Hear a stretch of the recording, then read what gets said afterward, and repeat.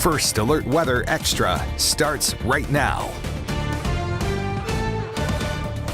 Welcome in to First Alert Weather Extra. Meteorologist Lauren Linehan here, checking in with you on your Friday evening. We are continuing to watch the potential for some severe storms going into tomorrow. So let's take a look at what we are tracking. We are going to be seeing that possibility of some rain moving in as we get into tomorrow, and that could be bringing the possibility of some storms as well. We will be seeing the possibility of storms moving in during the afternoon. And if I don't mind, if we can get the broadcast here on the monitors. There we go. Okay, we're seeing football as much as I love football, as you guys know. But as far as our First Alert weather day for tomorrow, this is going to be for Saturday and possibly lingering through early Sunday morning. What we're going to be watching is that storms could develop late tomorrow afternoon into the evening that could have a severe threat.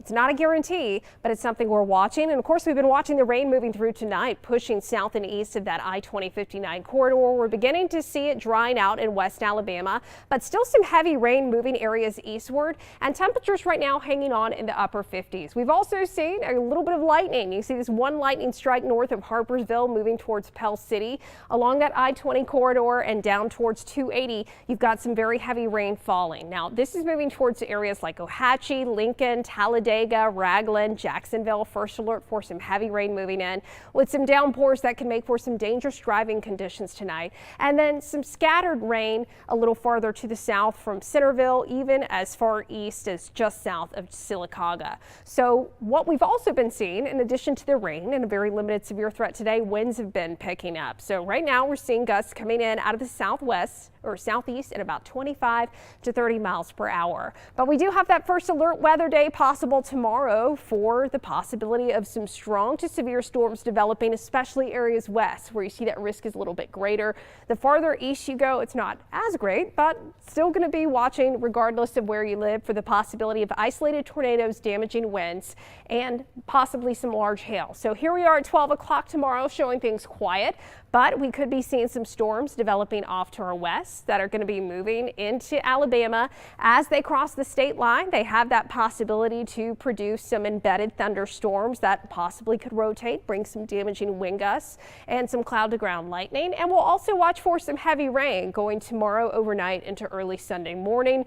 By the time you wake up on Sunday, a lot of this could already be out of here. So looking at that 7-day forecast, that First Alert weather day through Sunday is just the early morning hours. Then we dry out for the rest of the day and Monday. You notice by Tuesday and Wednesday, as we look at New Year's Eve and New Year's Day, pretty quiet, just a chance of a few showers on Tuesday, and then definitely looking a little bit colder as we start off 2025. So just make sure that over the next few days, well, really the next 24 hours or so, that you remember those severe weather safety tips. Know your safe place, have your NOAA weather radio set to go, and also your First Alert weather app set to receive notifications. So if you want to download the WVRC First Alert weather app, scan this code on your screen right now, and you can get it either from the Apple app or Google Play Store. We'll be keeping you updated on the latest on this weekend's First Alert weather days right through the app.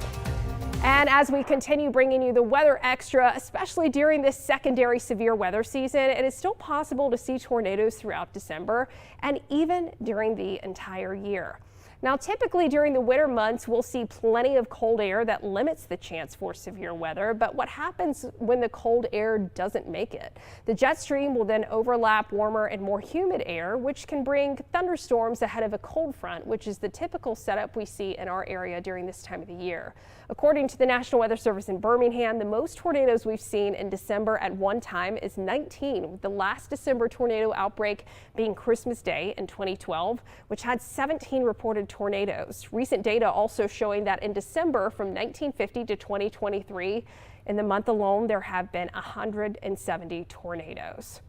Now across the country, check out these scenes from Texas after severe weather brought tornadoes to the southeastern portion of the state. You see a water spout over Lake Houston in Harris County and a tornado seen across highway outside of Hilgi, Texas.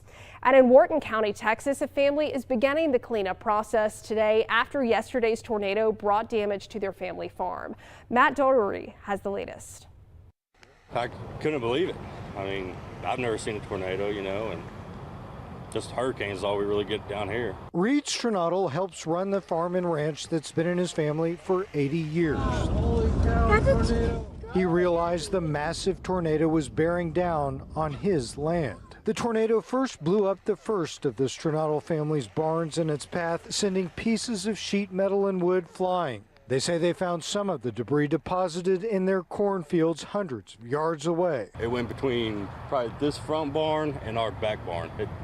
Right in the middle of them. The tornado knocked out a wall of one barn, lifted off the roof of another, even moving the boat that Reed had been storing inside. All of this much better than what could have happened, though. The tornado passed right next to the family's home. It could have been worse, definitely. Well, we do want to get one final look at that forecast. Let me pull it up for you here on the screen behind me. So first alert weather day for Saturday and into early Sunday, and then we dry out. By Tuesday, a few showers possible, and then by Wednesday, starting off the new year on a colder note. But make sure you check back in tonight after sports with meteorologist Tania Michelle. She's going to have an update on the latest for tomorrow's severe threat, and meteorologist Matt Daniel will be back tomorrow morning for an update on good day as well. And of course, I'll see you here tomorrow night. Y'all take care, be safe, and happy holidays.